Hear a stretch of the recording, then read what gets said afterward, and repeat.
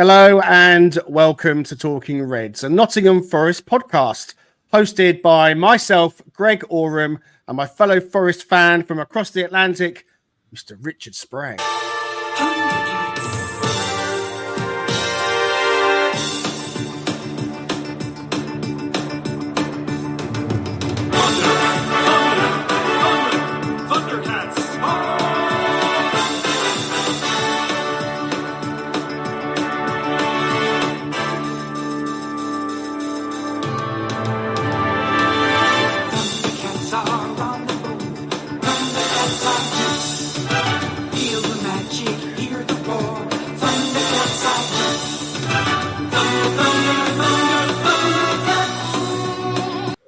One of my favourites from when I was a child, but had to be done. Oh, man. You're pulling out the classics, man. Magnum P.I., Thundercats. Woo. Got them all, mate. Got them all. I'm expecting He-Man next time. Well, you never know. Yeah. Going into the final game before yet another international break, Nottingham Forest welcome Newcastle United to the City Ground on Sunday for what we all hope will be 4 wins in a row and another 3 points to cement our Champions League ambitions for next season. How will Nuno approach this one now he's back on the touchline? Will he shuffle his pack and bring Elliot Anderson back in to face his boyhood club? With the stuttering form of Arsenal and Manchester City, is now the time to go all out for the win to keep the pressure on Liverpool? We'll be discussing that and more in today's match preview in the company of resident statsman Danscape and resident panty fetishist Paul Morley.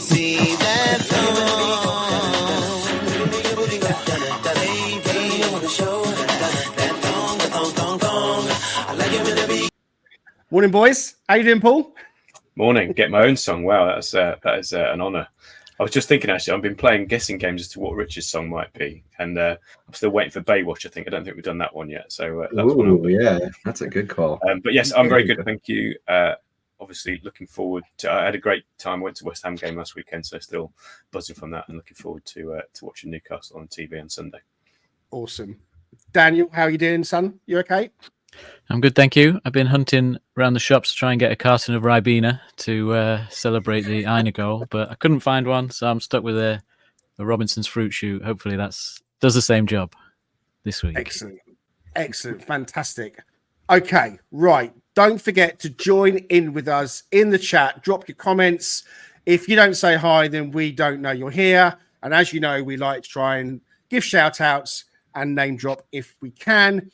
And of course, if you are listening to this later, maybe on Apple or Spotify, or indeed on the YouTube playback, with your headphones on, maybe you're walking around a sports field, watching your child practice their football match or something similar, or maybe you're in the car on a road trip. We're here to keep you company. We thank you for joining us too.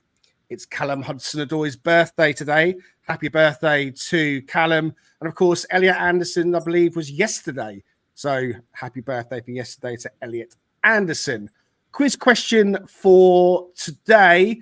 In the League Cup win against Newcastle in 2018, who was it that chipped Carl Darlow in the 97th minute to make it a 3-1 win for Forest? So that is something that's quite recent, and I'm sure most of you know that. So keep your powder dry on that for the moment. You can pop it in the comments if you do know. But yes, please let us know who scored the decisive goal. It was a chip against Carl Darlow in that Newcastle game in the League Cup. Hit like and subscribe, guys, please, to help us along, because that is something that we're trying to get moving towards 1,000 subscribers mark here on YouTube. And of course, if you're listening on Apple and Spotify, hit the follow button as well. We're building up quite a nice following on both Spotify and Apple as well. And we're getting some lovely comments coming through on Spotify in particular. 5-star reviews are always gratefully received. Sorry. Not even a word! I'll put my teeth back in. Always gratefully received. And so, yes, please do get involved in writing something nice to us. Okay, right. Let's get on with today's show. We are doing the match preview, but one thing we haven't had a chance to discuss or even consider or speak about is the appointment of Edu, which hasn't happened. It's a potential appointment of Edu.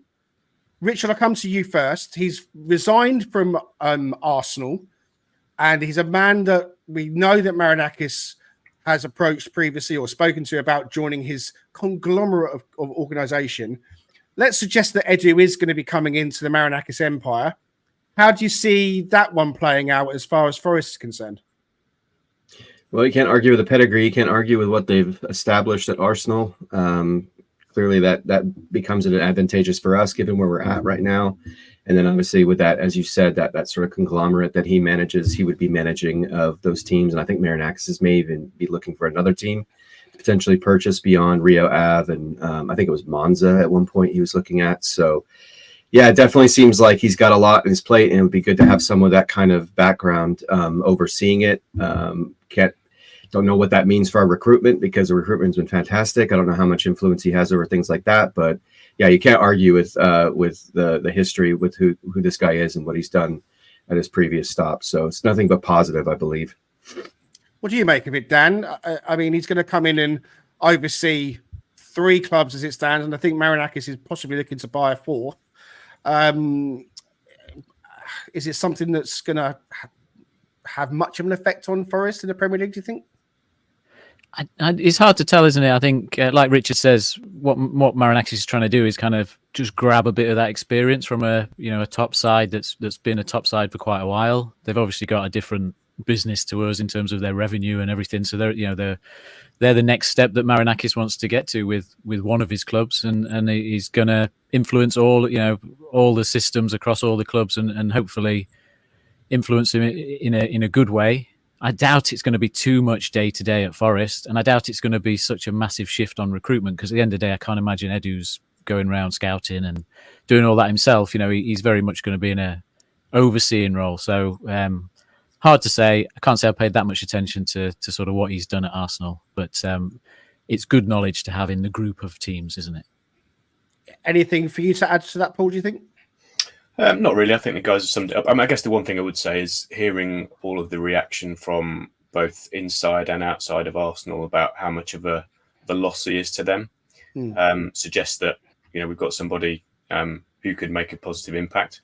I think it'd be interesting, isn't it? You talk about obviously the group of clubs, and again, depending on what Edu's remit is specifically, I think we don't quite know that yet. But it feels like, certainly from a commercial perspective, given the Premier League's riches and so on and so forth, Forest are sort of fast moving their way towards the top of the tree in terms of that whole Marinakis empire. Even though obviously he's bleeds Olympiakos if you cut him open, but I think from a commercial point of view, Forest obviously offers bigger potential for him and for the group. So yeah, it'd be interesting to see exactly what Edu's remit is, and like I say, based on the noises coming out of Arsenal and the positive impact that he's had there, hopefully that can be replicated in whatever way, shape, or form that he has contact with Forest. Yeah, nothing really for me to add to that. I'm interested to see how it all pans out, the same as you guys. Richard, what have you got for me in the comments? All right. Well, we got good morning from Anna, and she looks like she's taking her son to his first game. And let's say, listening on my run, can't wait for Sunday when I get to talk to my son for his first game since his op3 points. Well, it's just fantastic. So that's William who had his op, if you remember. Yeah, absolutely. I hope he's doing well. Best wishes to you still, William. Looking forward to if you're at the game on Sunday, I'll be around with my son. So we're in the Trent navigation beforehand. So if you guys are around, then it'd be great to see you, Anna. Who else is there in the comments, Richard? All right. We got Carl Mason. Good morning, Carl. We've got good morning to Brucey in Texas. And good morning to Matt Wooten. Thank you, guys. Good morning to everybody who's now joining us. Please do drop your questions in if you've got something you want to ask or any other comments along the way. Richard, stick with you then. Thinking about Newcastle on Sunday, what are your general thoughts on the game ahead? Yeah, the interesting thing is it seems like they're a little bit off compared to what we've seen in past, at least in the last season. Different kind of setup to a degree. You're looking at Gordon more operating on the right versus the left. I think he'd historically been on the left, with Harvey Barnes kind of supplementing at certain points. So it's going to be interesting. They beat Arsenal in the last match. They didn't retain a lot of possession in that match, so they seem like they just managed it from a counter perspective. So, I don't know what else I could say other than the fact that they don't quite seem like they're on the same form as they were in previous seasons. But I think they beat Chelsea in a League Cup match prior to that, so they're starting to sort of trend up. So we're kind of hitting them at a time where it seems like they're starting getting some momentum. So it'll be interesting to see how that we manage the team as a whole. But it's great that we're at home, obviously, and just the way things have been progressing at home, and winning 2 matches in a row at home. Can't help but feel confident again. I think it was somebody said the other day on one of the other podcasts, at this stage, we don't feel like whenever we go up against a team, there's not this trepidation like we're not going to be able to perform. We're not going to be able to go toe-to-toe with anyone in this league, and especially considering some of the guys at the top of the league, same as Liverpool, are sort of playing a little bit iffy at the given moment. So Newcastle's always been a bit of a challenge. I think we've beaten them once since we've been up in the Premier League. So it'll be great to get another home win, 3 in a row, hopefully, and continue to progress up that table. Paul, what are your thoughts on the game ahead? Yeah, it's interesting, isn't it? I think you're right, Richie. They have struggled to a degree, or struggled to perform to the level that they've been accustomed to. But I think you're right that they seem to have got a bit of a lift from the Chelsea Cup game, and then obviously the win against Arsenal. I think it's kind of coincided with Isak coming back into their side, hasn't it, and being fully fit. So I mean, look, they're definitely a side that can hurt you. You mentioned Gordon, Isak. I think Joe Linton's been playing out on the left-hand side for the last couple of games. Obviously, he's a quality operator, both either in a midfield role or a bit further up the pitch. I think the one thing I would say is I expect them to come and have a go, if that makes sense. They're not the sort of team that would sit back, which may well suit us. And I'm sure they'll give us due respect given our form and our results, but I don't expect them to come and be cagey. I think they will come to play and take us on, which hopefully will give us the opportunity to show what we're good at on the break. And I'm sure we'll get to team selection and so on. I think Elanga obviously is somebody who has hurt them the last couple of times we've played them, and hence why they were obviously keen to buy him in the summer. So yeah, just that pacing behind their defence, if indeed they do come at us, is hopefully going to give us an opportunity to create some good opportunities and good situations. Yeah, Carl's comment on the screen was Newcastle away form is really quite bad, and that might be where we can exploit them potentially, Dan. Now, you've put together a few stats as usual. So whilst we're talking about Newcastle and how they might come into the game at the City Ground, let's put up your first slide. And if you want to take us through this and give our listeners and viewers a taste of what you have found out about Newcastle. Yeah, these are just some of the stats that kind of seemed interesting when going through it, rather than comparing everything across the board. So, yes, Newcastle currently are top of the table in terms of opposition chances missed, which was an interesting one. So, although they've not been in great form, it's also a case that the opposition's missed the chance to score 5 more goals against them. And when you consider that Newcastle actually only conceded 1 less than us so far this season, so on initial thoughts or initial look at it, then their defence isn't too much difference to ours, and that's what we've kind of built our success on. And but then when you look a little bit deeper, they have given away chances. So there's 5 more goals that they could have conceded, which is different to ours, where I think it's like 2.5. So that's one thing that jumped out. Related to that is that Nick Pope is currently top of the chart in terms of goalkeeping, the goalkeeping stat of post-shot XG kind of prevented. So at the minute, he's statistically the best goalkeeper in the league. So that perhaps explains why the opposition haven't managed to score those 5 extra goals, and he's kind of stopped 4 of them. Looking at the numbers, which is a couple of goals ahead of where Sells is, and we know how well Sells' performances have been for us. Newcastle have a lot of errors leading to shots on goal, which is a surprise, really, because considering again that their defence is on paper quite solid. So they've conceded 10 errors have led to shots against them, which is only just behind Southampton. You compare that to us at 4, there's literally half, twice as many again, whereby someone on the pitch is making an error that's leading to a shot. So there's potentially an opportunity there. And then in terms of a couple of other stats that are particularly of interest on this list, without reading them all out, is the set pieces one. I suppose that both teams are quite good at defending set pieces, but we've managed to nick 2 goals from corners this season, and Newcastle have none. And I remember the game last time at the City Ground, it was a set piece that undid us early on, wasn't it? Newcastle were quite good at set pieces at that point, but they've not managed to do that this season, and we seem to have improved quite a bit from where we were with it. And the last one on there is just looking at sort of trying to predict the scoreline later on. We'll come back to that, but Newcastle's away games are quite exciting. Although Newcastle rarely lose by more than 1 goal, there's some exciting numbers in there, and that there's normally 3 goals in the game, or at least 3 goal-scoring chances in the game, and there's normally sort of 2 in our home game. So, should be looking at 3 goals in this game based on the numbers. And in terms of the danger men, there's another slide that you have prepared for us as well. So opposition key players, take us to this one. Yeah, this is the Geordie G's, basically. Gordon and Guimaraes. It's all, they're probably the 2 that stand out. So they're the ones that are highlighted on this chart. So although not necessarily at the top of the list for goals and assists, which is Isak and Harvey Barnes doing his Hudson-Odoi impression with his cutting in and shooting, Gordon appears high up the list in terms of creating shots for them. He's missed the most chances for them across the season, so he probably should top the goals list. Successful dribbles, he's up there. He carries the ball a lot for them, and he's often the player that receives their progressive passes, so he's their outlet in attack. And then Guimaraes is on that chart a lot as well himself. So although he can play that central role where he sometimes is playing deeper, sometimes playing more advanced, he's also heavily involved in a lot of their shot and goal creating moves, and he's also involved on the defensive at the bottom of that chart. He's also heavily involved there in terms of obviously tackles, interceptions, and I do think this game is a battle of that central midfield area. It becomes very interesting when you consider our sort of selection dilemma of who plays in the 10 has a bit of a role potentially in trying to stop Guimaraes getting involved in that more advanced role, and also the physical battle with him because he's quite a strong player. And Joe Linton as well is obviously quite a bit of a beast for a central midfielder when he plays there. So it's quite interesting, the central midfield role there. And the only other one I just shout out on that list is Lewis Hall, who's, again, from a left-back position, is quite heavily involved in a lot of what they do. So another one to watch.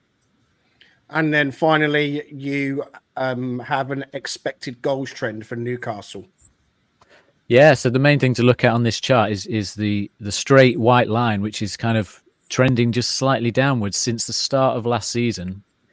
Their expected goals in each game is just trending down all the time. And if you look at the start of this season, only in 2 games have they kind of peaked above that trend, if you like. So they are getting less creative as time goes on. So either teams are working them out, or they've been missing key players, or or something's not quite as fluid with them. And I think that bodes well for obviously coming up against us with our quality of defence if they're struggling to create chances and we're very good at stopping chances, basically.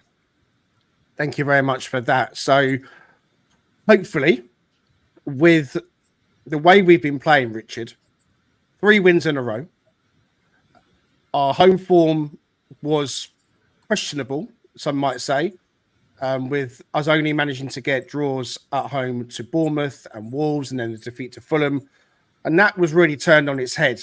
Got the monkey off our back, as Paul was saying back when it happened, when we beat Crystal Palace. And then the last home game, that fantastic win, 3-0 against West Ham. Can we make it 4 in a row on Sunday? Is it something that is really important at this stage to keep that unbeaten and winning feeling alive? We're going to be going into an international break again. And one thing I've been quite sure about, I think, is that the way the games have been blocked for us has actually gone in our favour this time. Our start has been favourable, I believe. And the way that we've managed to see them as blocks of, I think it's like 4 games at a time, it's almost gone in our favour that we're tackling them in that kind of block sense. So how important is it that we maintain a winning form, not just getting a point, but how important is it, do you think, it is for us to maintain a winning team against Newcastle on Sunday? Is 4 in a row possible? I mean, no one's ever gonna want to see anything other than 3 points every time we get on the pitch. But at the same time, I think I think it's critical in terms of just continuing to maintain some momentum. And that could be achieved, obviously, certainly by getting the 3 points, but it can certainly be achieved by getting a draw against a good side, a team that, was in Europe last year, and a team that we've struggled with clearly. So I think from that standpoint, it's probably essential to get the win, because we want to maintain our the city ground as a fortress, in terms of being difficult for other opposition teams coming in and playing against us, and it being challenging from how the crowd kind of energizes our team and vice versa. I think I don't know if at any point in the Premier League, return to the Premier League, I think we have not won 3 matches in a row. I would imagine we clearly haven't won 4 in a row. Yeah, Dan's shaking his head. So it tells me that, we haven't done that. So setting a new precedent for that, and just continuing the way that this sort of ascension up the table as we have, and maintaining some pressure, which I never would have imagined I could say, some pressure on the teams in that top 3, in the top 2 positions. There you go, which is Liverpool and Manchester City. So it allows us to continue to maintain that sort of positive movement up the table, but also in terms of how we just collectively are in form. So I would think that 3 points puts us in a position where, going into an international break where we're trying to get somewhat healthy with a couple of players, we know Anderson and Morgan Gibbs-White are have a little bit of knocks right now, and continuing. We'll see how well Morgan moves after the way that things kind of unfolded in that match. How sore is he? How difficult is it going to be for him? Also getting tackled from behind right in that ankle area. So is he going to operate in the same level in this coming match? But obviously having Anderson as coming off the bench potentially and likely is a good thing, because that allows him to be spelled at an earlier point, which is good for his overall health. But having the 2-week period and going into that, knowing that you've weathered the storm without him, and knowing what kind of defensive unit we're going to put in from a midfield standpoint to counteract what Dan was referring to in terms of how they operate in the midfield, I think it's all good things to lead us to 3 points. And I'd be surprised if we didn't get it, to be candid. And then, but if we end up with a point, no one's going to be upset about it. But I clearly believe that 3 points is essential just for the way that we want to continue to ascend as a team. We're definitely not going to win every game, and we are going to lose again at some point. For us to suggest that we're going to go on a run of not losing is possibly a little bit far fetched. But Paul, when you see the table that's on that screen, how does it make you feel as a Forest fan? I mean, I know we're only 10 games in, and we were talking with Pete Blackburn yesterday on the episode 1 with that we are going to get carried away as Forest fans, and we are going to revel in it, we are going to enjoy it.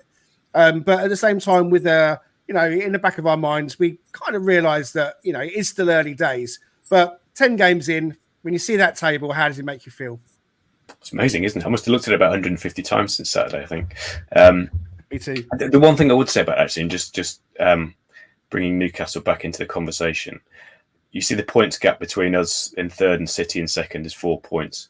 There's the same points gap between us in third and Newcastle in 11th is 4 points. So there's a huge concertina behind us. And, it kind of suggests that there's not a huge amount between the two teams in actual fact. So it is a tricky game. It's a tricky game at the weekend. But yeah, come back to the question. Being third in the league feels fantastic. I mean, obviously living down in the south like I do, I know lots of Chelsea fans, Arsenal fans, Tottenham fans, etc. So West Ham fans, so conversations at work this week have been most enjoyable. But yeah, I think that going back to what can we do this weekend, I think a lot of it depends on should we be aiming for 3 points? What are our aspirations now? I mean, obviously coming into the season, we didn't have any designs on being in the top 4, but now we're here. Obviously, you want to stay there. I think for me, it's going to be the most difficult of this block of games. I think we've had Palace at home, Leicester away, West Ham. So this is certainly the most challenging of those 4 games, and I think every international break that we've gone into thus far, we've gone in with a positive result, either a win or a draw. So it'd be great to keep that run going. I wouldn't be too disappointed with a draw if I'm totally honest on Sunday. That may be just me being a bit pessimistic and still sort of in the mode of anywhere near the top half is a good result. So Yeah, we certainly can get the 3 points. We've got it within our gift to do it. We've demonstrated that consistently in the last few games. I think Newcastle will be a tough challenge there. It will be a tough challenge. One thing that I believe is that the consistency that we have now found is going to be the key to unlocking the top 10. And I think top 10 is still a very realistic possibility with the start we've had. And one thing that strikes me is that in the past 2 seasons back in the Premier League, it's the way that we've performed against the so-called lesser teams, the so-called teams that are mid-table to bottom. We don't really have a great record against them. They're the games that we seem to have struggled in. We've had great results. We've beaten Liverpool. We've beaten Man United, Chelsea, Arsenal, Aston Villa, Newcastle. We've beaten those teams. But when it came to certainly last year, we couldn't beat Luton, home or away. We couldn't beat Bournemouth. I know obviously we only got the draw this time, but in terms of Crystal Palace, for example, another team that we struggled to get results against or wins against, I should say. So it feels to me that this time round that we perhaps have adjusted that. We perhaps go into these games now against those so-called lesser teams, and we're starting to turn defeats into draws or wins and draws into wins. And that is what has helped push us up the table. So that's why I'm hopeful that a top 10 finish is well within our grasp.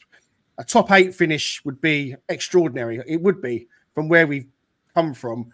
Anything beyond a top 8 finish, and I really feel that we have gone into parts and places that none of us ever could have imagined, especially after the 2 seasons we've had. But Paul, just sticking with you, one of the things that's been quite key, it feels to me, over the past 3 games, is that we have had Nuno Espirito Santo in the stands. Now, I know that jokes have been made, he should stay in the stands, he's got to stay there.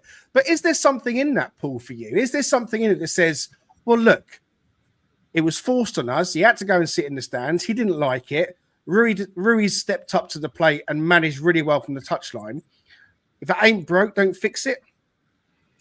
I don't read too much into that, if I'm honest with you. I think, I think we've probably had relatively favourable fixtures in the last 3 games that he's been. If you could pick a block of 3 games that you're going to have him missing off the touchline for, you'd probably pick those 3 games, given the opposition and the state that each of them were in when we played them. So, no, I don't read too much into it. I'm sure he'll be back on the touchline, and that's where he wants to be. Clearly, I think he's made that clear in his post-match interviews.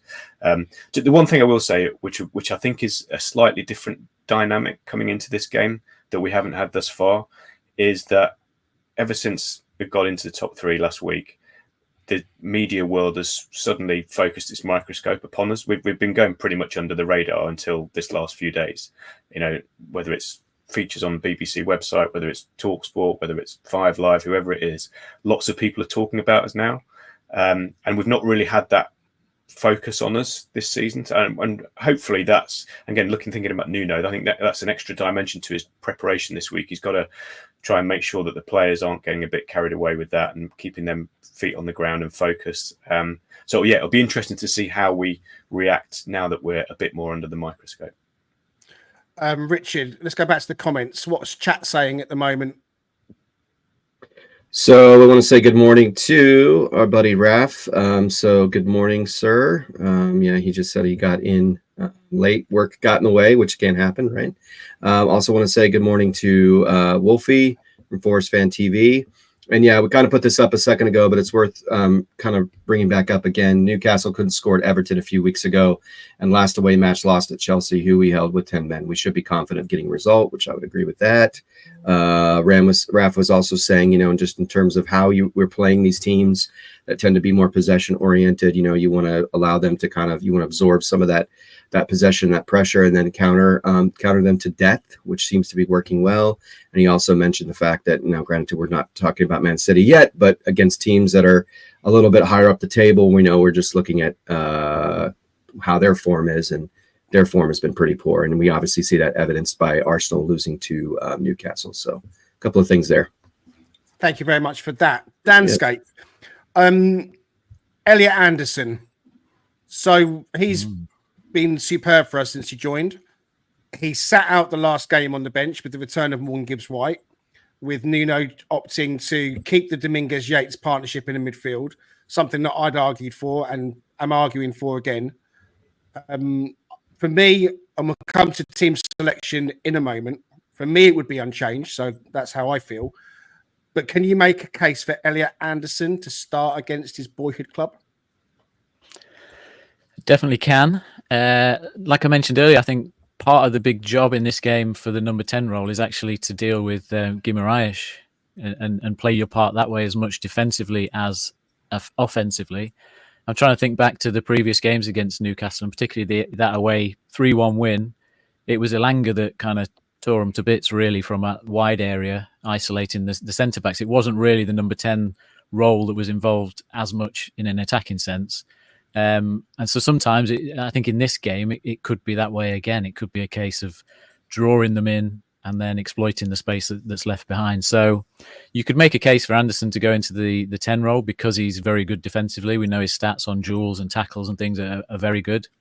You could also, I suppose one question I've also got is about the physicality of the central midfield. And I think that's one area where Dominguez sometimes can be criticised, is just in terms of that out-and-out physicality.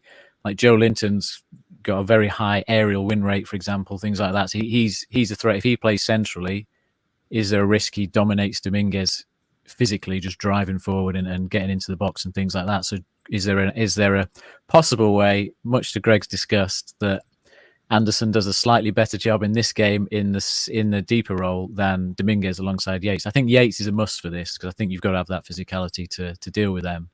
So there's two places where Anderson could force himself in, and either way, tough choice because you've got to lose one of your favourite players throughout the team. Richard, where are you at? I put the FOT mob on the screen, folks. So as it stands at the moment, I've got the unchanged lineup of Moreno left back, Aina right back, the dream partnership in a centre-back pairing of Murillo Milenkovic, Dominguez-Yates in the centre midfield, Hudson-Odoi left, Elanga right, Gibbs-White in the 10, Wood up top. Where are you with Elliot Anderson? I know you're a big fan, Richard. I think you're muted, buddy. There you go. Here we go. We want to hear you. Okay, sorry. You'd think after, so many years of COVID and conference calls and video chats and all that, I wouldn't be doing that anymore. But and 35 episodes anyway, of Talking Reds. That's it, But ultimately, I want to see Anderson develop. I think having him on the pitch to continue to do that. As you said, he's operated very well in the 8 role, given the defensive prowess, as Dan just spoke of. But again, I still feel like Gibbs-White and the kind of creativity he brings, the sort of work rate he brings, not that Anderson doesn't have it, but that Gibbs-White is the guy that you start with. I think the way that it's presented right now is exactly the team that should be on the field once the match starts. But again, you can modify as you get into the flow of the game and see if there's some need to potentially maybe a Guimaraes does kind of start to be a bit of a problem in that central midfield. Do you want to make a bit of a switch and do you think Anderson can provide better coverage on that? Possibly. How much does Yates get involved in that kind of dynamic? Because we've seen him be problematic for people like McAllister, right, who play a similar role in the sense of how they attack. And he was pretty much a non-factor against Liverpool. So I personally would keep it as is. At one point I was sort of looking at the possibility of bringing in Williams to spell Moreno because we know he can be challenged at times defensively with pacey wingers, and we're going to have the same situation given that Gordon's been setting up on the right. But at the same time, having Dominguez provide coverage to that in that scenario, I think is good because we've seen Moreno, and I'm sure we'll get to the graphics on his stats in terms of his progression up the pitch and playing a more attacking role. He clearly was on display in the last match. So the way it's set up here, to me, is the perfect balance of what we need to do to beat Newcastle. Yeah, for me, the word is balance, Paul. It's something I've been harping on about now for the last couple of weeks. The balance in the team looks like it's the best it's been for a good while, and it's a situation that we've fallen upon with the injuries and the suspensions that have been so prevalent. So I've made the case, and I continue to make the case, that Anderson off the bench for Gibbs-White later, or or another, perhaps. But certainly while Gibbs White is still coming back from an injury, it worked so well last Saturday. We were 1-0 up. Gibbs White went off just on the 62nd minute mark with Elanga going off as well. And Elliot Anderson comes on. 2 minutes later, he wins that free kick on the sort of side of West Ham's box. So he's got the work rate already pumping down that side, cutting in. The man takes him out, and then he lays the ball off Hudson-Odoi. So there's an assist on for him straight away. So he's affecting the game when he comes on, and that's what you want when you're making changes, right? So with such an important player available off the bench and the balance in the team so strong with how it sets up with Gibbs White starting, Anderson's surely got to be on the bench, right?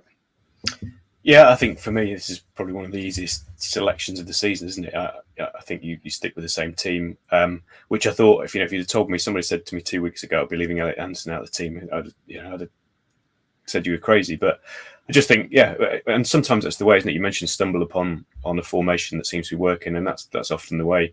I think one thing, you mentioned the bench. I mean, that's the one thing which really, it's a weird thing to say that the bench excites me, but if you think of the likely bench, if that's indeed the 11 that we go with in this game, bench, you're going to have Williams, obviously the goalkeeper. You're going to have Williams, Morato, assuming he's back from the birth of his child, Bolly. 3 solid defensive options. You then got Ward-Prowse likely coming back in, Anderson, the 2 wingers, and Taiwo. I mean, what a bench that is. I mean, that's really, again, thinking about going into the game and what we can achieve in it. If you think that's the options that Nuno's going to have off the bench, plus this starting 11, that's a really strong. And a lot of games are won from the bench these days. We talk about how tight the table is and how similar the two teams are likely to be matched up. Bench could be the key. I mean, I think that's true, Danscape, because 5 subs now, it's not like it used to be, clearly, where you'd make your changes and they would become coming on, quite often with 10 minutes to go.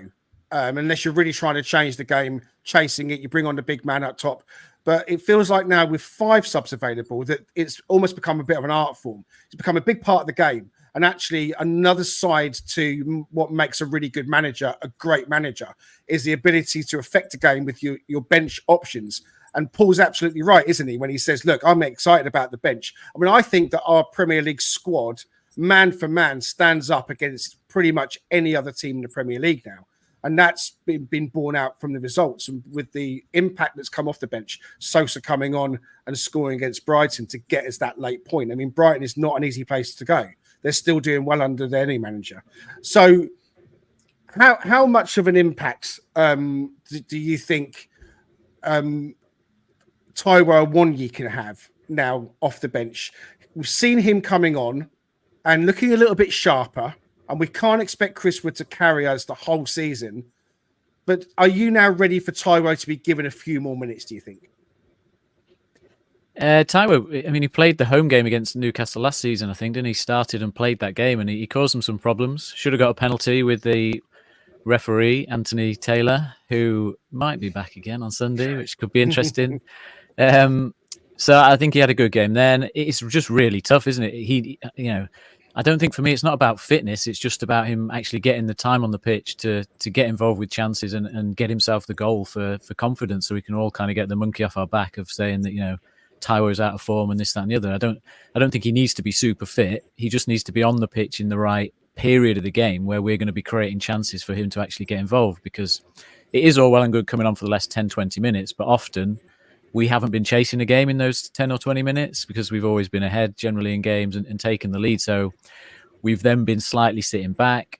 And if you think about it, Awoniyi doesn't get to play with Hudson-Odoi and Elanga and Gibbs White, perhaps your first choice front three. He's playing with his slightly second choice attacking threat. So again, he's not sort of in that prime spot to get his goal. So it's difficult for him to prove his goal scoring form if he's coming onto the pitch when we're kind of trying to just shore up the game and maybe nick something on the break. I think in subs overall, though, the key difference this year is that the subs, even the subs that have joined fairly late, they seem to be so well versed on how we want to set up and how we want to play. So when they come on, they don't disrupt the game, because previous seasons I've very much been kind of like, I don't get the obsession with the substitute discussion, because for me, they often come on and they just disrupt the whole rhythm of the game, and they make you worse in a lot of ways, not because they're individually worse players, or not because of a case of saying, well, that player shouldn't have come on for that player, just because it suddenly disrupts the team, because you're bringing on a player who's not been there that long. Like last season, like Gio Reyna or someone would come on. They just don't know how you want to play, so they're jumping in, and all of a sudden you lose all your own team rhythm. Whereas this season, that doesn't happen. When Sosa and Jota come on, they've got clear jobs, they know what they're doing, and it seems to be working great for us. And I think stats-wise, I should look at it actually, but previous seasons, I went through and looked at, how often does a sub actually come on and score or assist, and it was like 2 in, 60 odd games. It was very rare that a sub would ever actually come on and affect the result, whereas now it feels like that's happening every week. Okay, so are we happy with that team from a foursome kind of point of view? Is there anything that you'd want to change, any of you, in that team desperately? When you talked about Elliot Anderson, are we in agreement that, from our point of view, that his best place on Saturday is on the bench? Has anybody got anything they want to change from that team?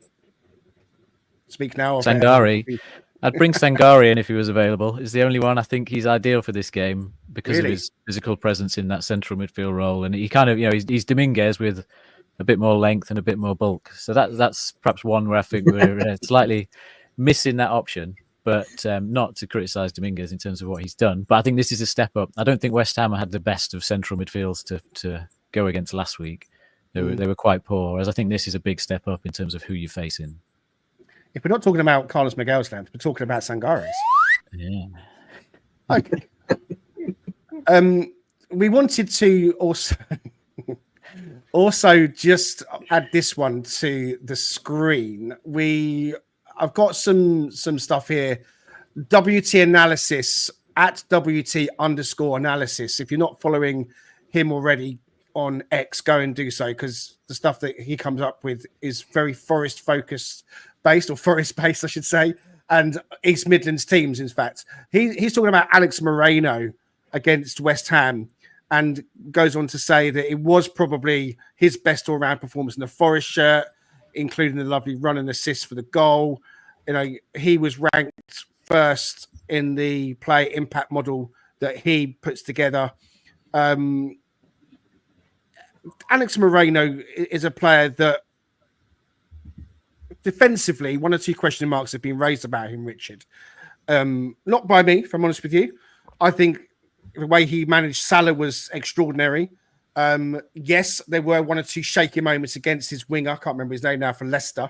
So, every left back, full back, defender or right back will have moments where they're perhaps not at ease, let's say. But all in all, since he's come in, he is the starting left back. And so whilst cases have been made for Nico, is he really going to challenge Moreno at the moment, do you think? I mean, not when he plays the way he did in the last match. I don't think that would be an option. As much as maybe when you look at his stats, Nico seems to be more effective defensively, as we've talked about. But at the same time, I mean, you can't argue with the output, especially considering what he did. I know Dan has spoken about this many times. It's that traditional left-footed left back that we've needed, and he's performed admirably throughout the season thus far, and he's made a difference. I mean, the impact of him as a player down that left side, while we thought Ina had really good, he'd link up play with Callum for an extended period of time last season, the way Moreno's played has been fantastic, and he can be that inverted guy at times, but he can also be a guy who provides some relief from Callum. He's been doubled frequently by opposing teams. It makes it difficult, but lately you've seen he's become more effective. I know Dan's spoken about the stats in terms of his people's inability to dispossess Callum. But when you have a guy who kind of overlaps with him with that kind of pace and that kind of accuracy crossing the ball, I mean, that cross to Wood was precision, and that was essentially a huge difference in terms of swinging the momentum in that match to getting that goal. And the way that he managed that moment in terms of his run with Morgan Gibbs-White, dropping the ball off to him. I mean, those are things that I wouldn't necessarily say that Nico is going to do better than he does.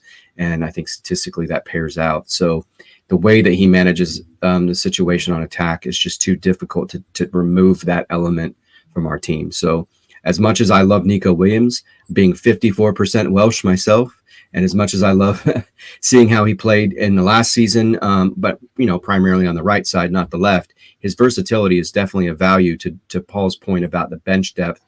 He's a part of that. But at the same time, I just don't think you can ever make the case now from what we've seen from Moreno to drop him in any way, shape, or form, unless there's some massive dip in form, which I highly doubt that will ever happen. Yeah, the other stat that I'll just quickly mention is that Nottingham Forest have only been in a losing position for 76 minutes and 53 seconds in the Premier League this season. And that's including added time as well, which is an astonishing stat. And we have been scoring the first goal in every game, apart from obviously the defeat to Fulham. So it's something that has put us in the position that we're in, third in the table, going into this important match at home to Newcastle. Okay. Clear your mind and answer the first thing that comes into your head. Score predictions, Richard. 2-1 Forest. And 2-1 Forest. good morning. 1-1. I'm saying 3-1 to Forest. Chris Wood to score again. He's on a roll. And Ryan Yates to score again. And that man, Nikola Milenkovic, is going to score his header at the back post this time. You heard it here first.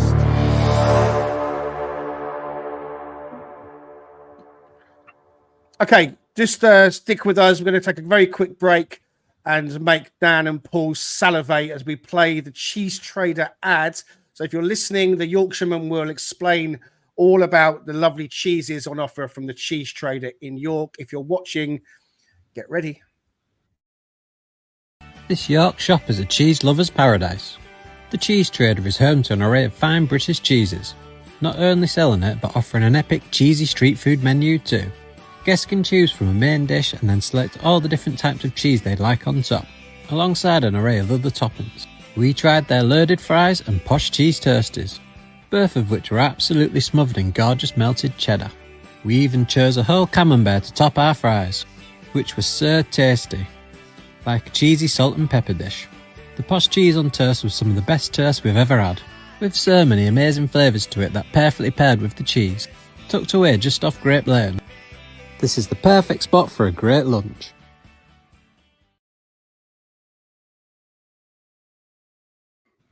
It's Stu Freestone, great friend of the show, our sponsor. He's in York, and so please do go and bump into him and mention Talking Reds, get you 10% off. I don't think I've ever heard a Yorkshireman speak like that. Actually, my mum was from Sheffield, so we've got Sheffield and Yorkshire connections, and that's the most Yorkshire. Perfectly paired. Perfectly paired bit. It always gets Thirsty.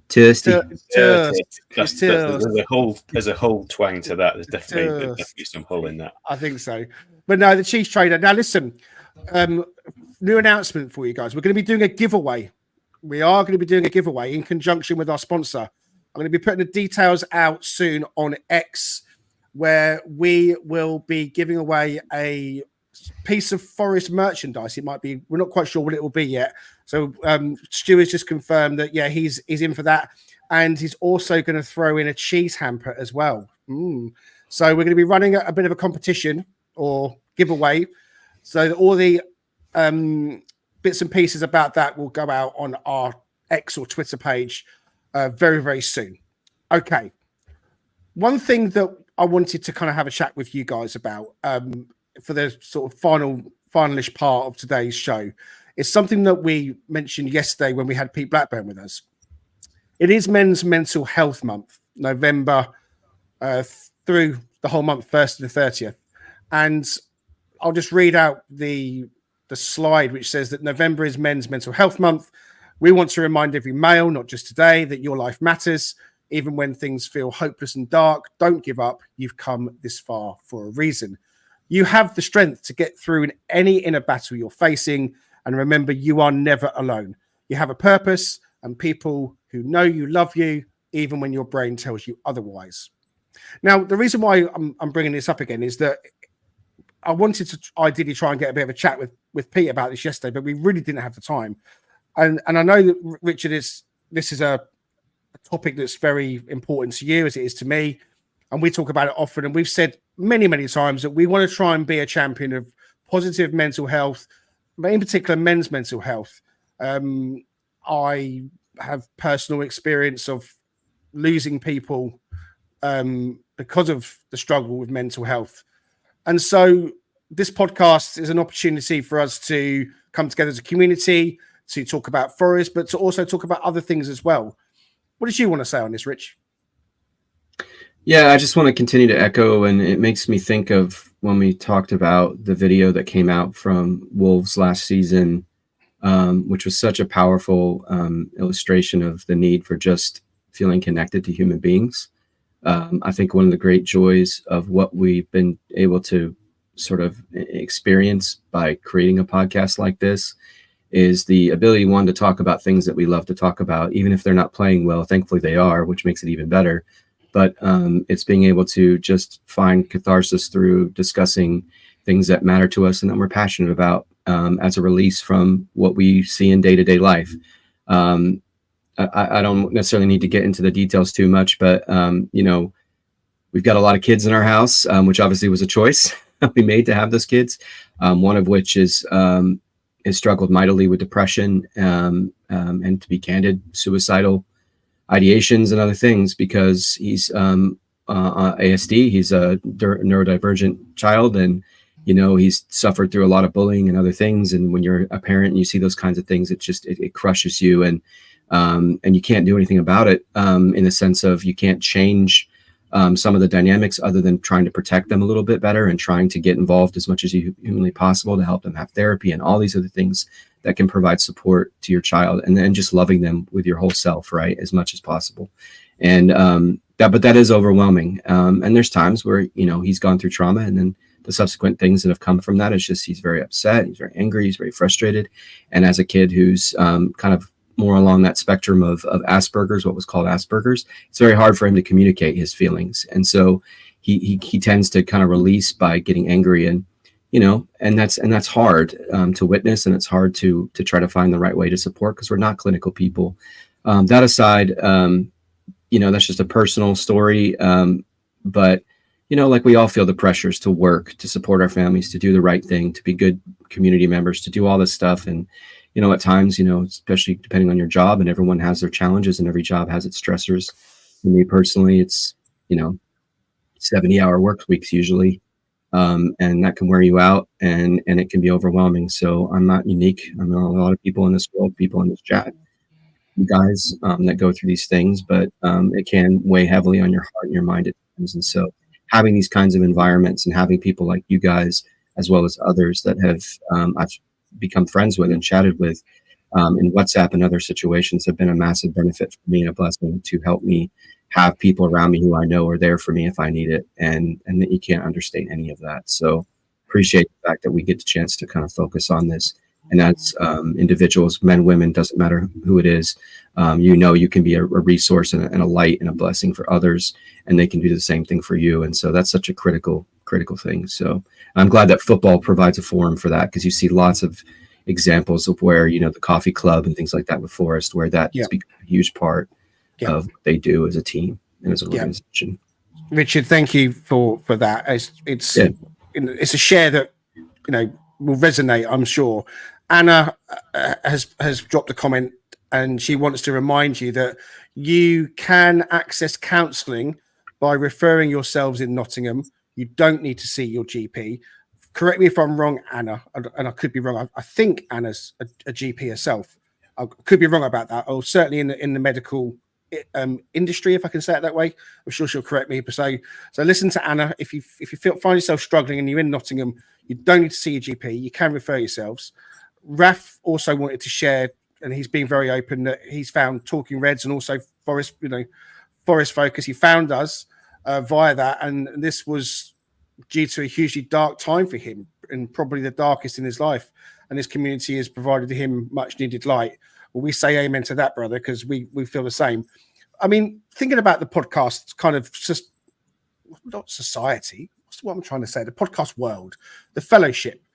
Paul, I mean, I know you've been on a bit on Forest Focus, and you've, I think if I'm right, you did some cricket stuff as well previously. I mean, how important can a thing such as simple as a podcast? How important do you think that can be for positive mental health? Yeah, I hugely agree with everything that you guys have said. I think, you mentioned the cricket thing. That was how I sort of first got into this world, and was during lockdown.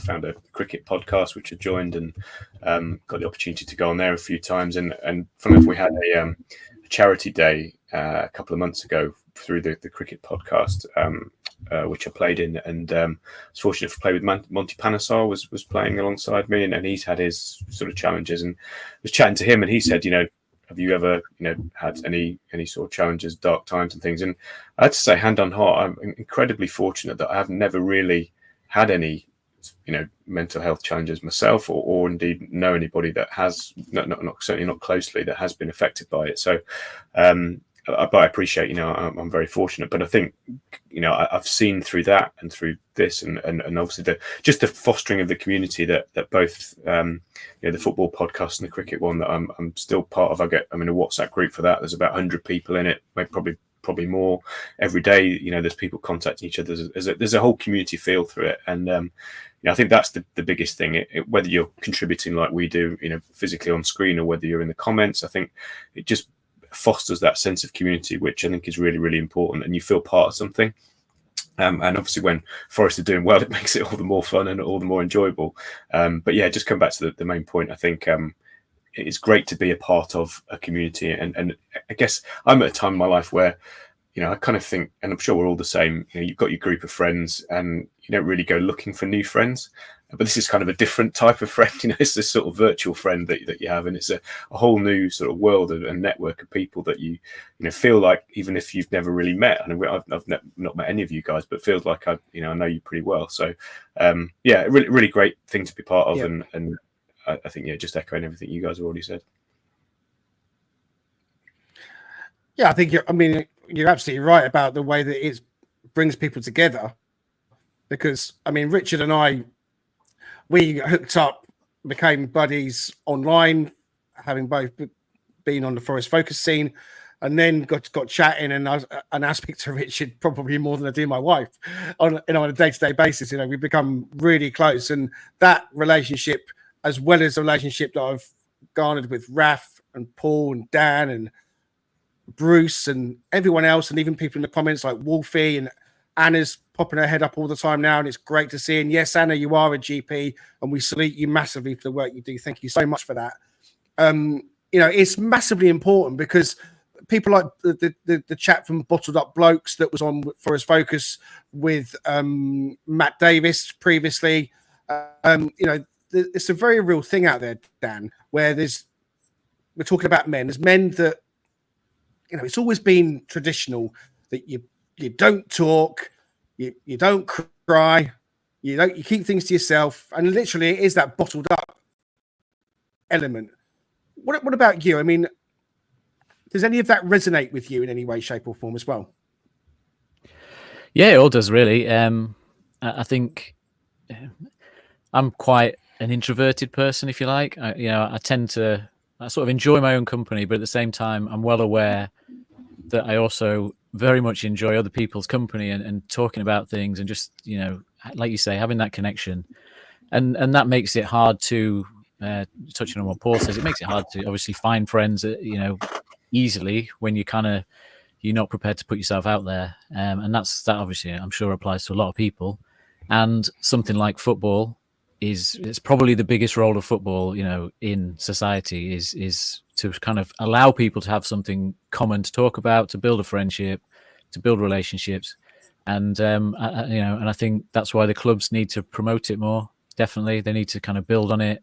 It's why things like the podcast communities are brilliant because it just gives you something each day where you can watch along, you can comment, you can obviously build some relationships. It's not always good, but it's generally good. It's generally positive for you to have that discussion and have that chat.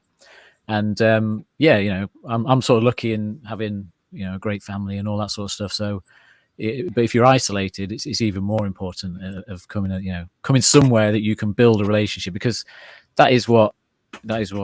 Yeah, I suppose it sounds too basic, but that's what humans do, isn't it? They build communities, they build relationships, and when you cut that off, it becomes very hard to put things into perspective or to distract yourself from problems and all that. Sometimes you just need a distraction to put things into perspective, and that comes from definitely chatting with you guys about stuff. Interrupts the day, just something about football, just something about it. It kind of interrupts your day, gets you out of a little slump, and you can distract yourself for a while, and that's important. I think we've all got Forest in common. It's why we're here. Nottingham Forest is our team. That's why the podcast exists. But it's gone beyond that now. It's gone beyond that. I mean, I've got another friendship group that I never had before. Like Paul said, I feel like I know you guys really well, and we see each other online. Me and you, Dan, and we're going to have a pint on the match this Sunday. That's brilliant.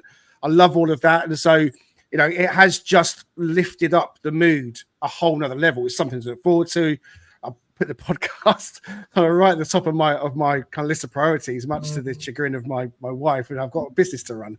But ultimately, my positive mindset that I have has a knock-on effect into the rest of my life because of the podcast community and because of doing Talking Reds.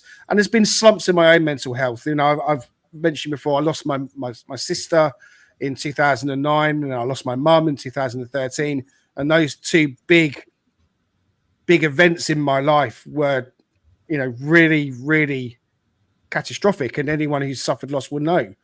And so for me, it had a massive impact on me and a lasting impact on me. And so to be able to talk about that here openly and to have the trust of you guys to think about mental health and to talk about mental health and to just have a laugh with each other and, have silly sound effects pop up and down on the screen, and just to raise a smile is, for me, what it's all about. It's really, really important. And I've said it before and I say it again. The DMs are always open. Even if you don't know us, if you're struggling, reach out, find someone that you can talk to. If you can't, we're here for you. Promise you that.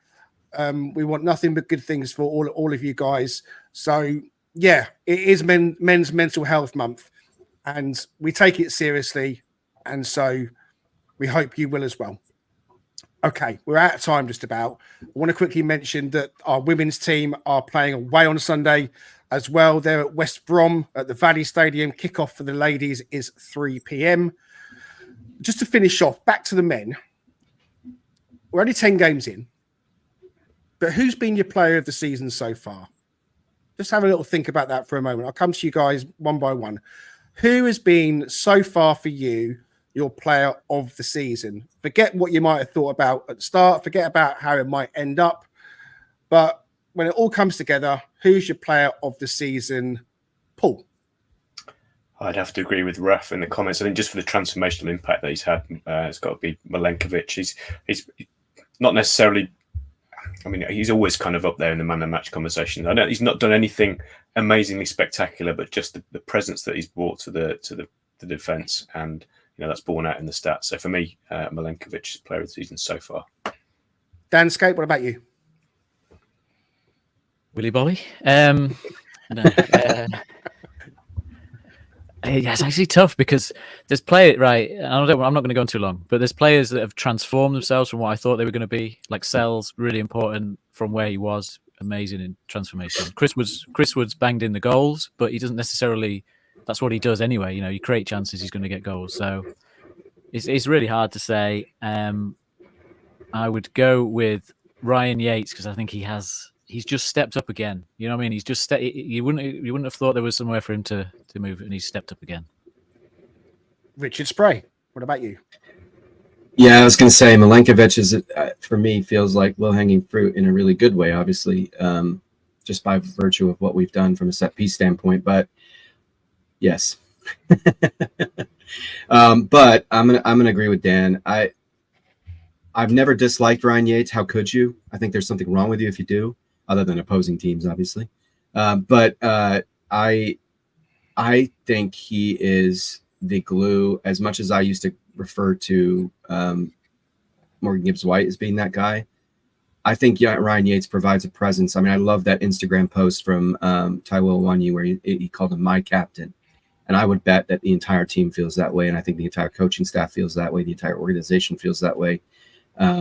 He is what we need. And I would never take him off of the pitch, barring, some major injury or something of that nature, because the way he's progressed as a player and he continues to even incrementally improve as a leader, and he provides a presence on that team that I think is so essential. And the fact we always talk about it, him being one of our own, you can't understate how powerful that is from a community standpoint and from a team standpoint. And so he scored goals, and he's doing great things on the pitch as well in terms of how he's redefining and who he is and what he does as a player. And so, yeah, he's fantastic. I think it's Yates.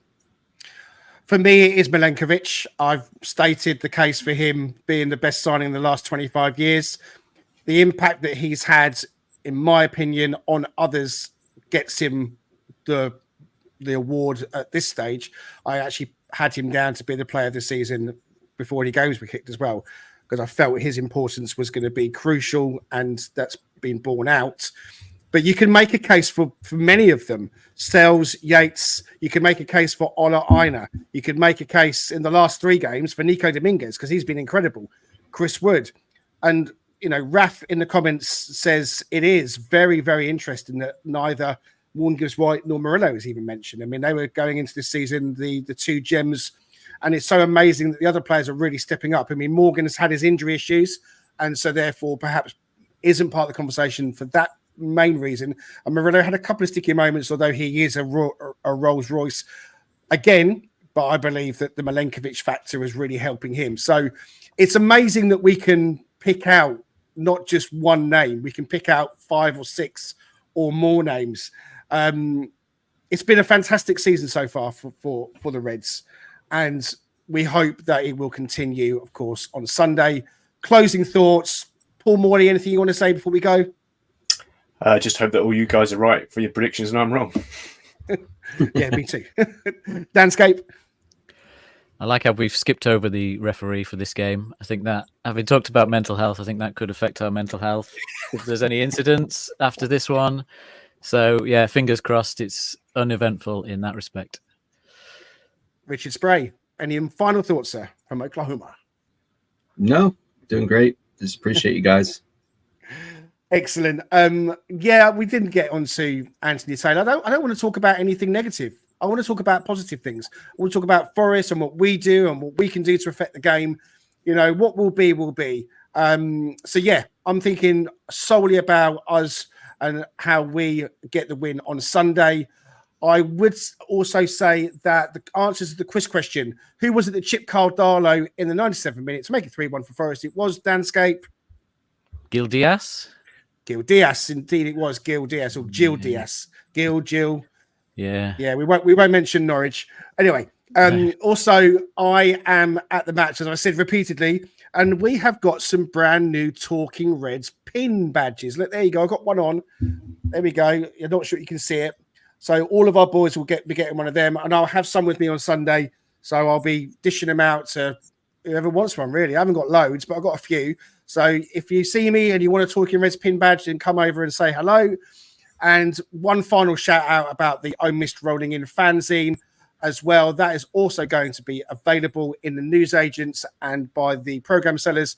I've written a piece on Nikola Milenkovic that talks about the importance and the impact of him on this team. So please do get your copy of I Missed Rolling In fanzine as well. Okay, we've gone just to about an hour and 10 minutes. If you're still with us, thank you very much for sticking around. Come on, you Reds. This is Talking Reds. We'll see you next time.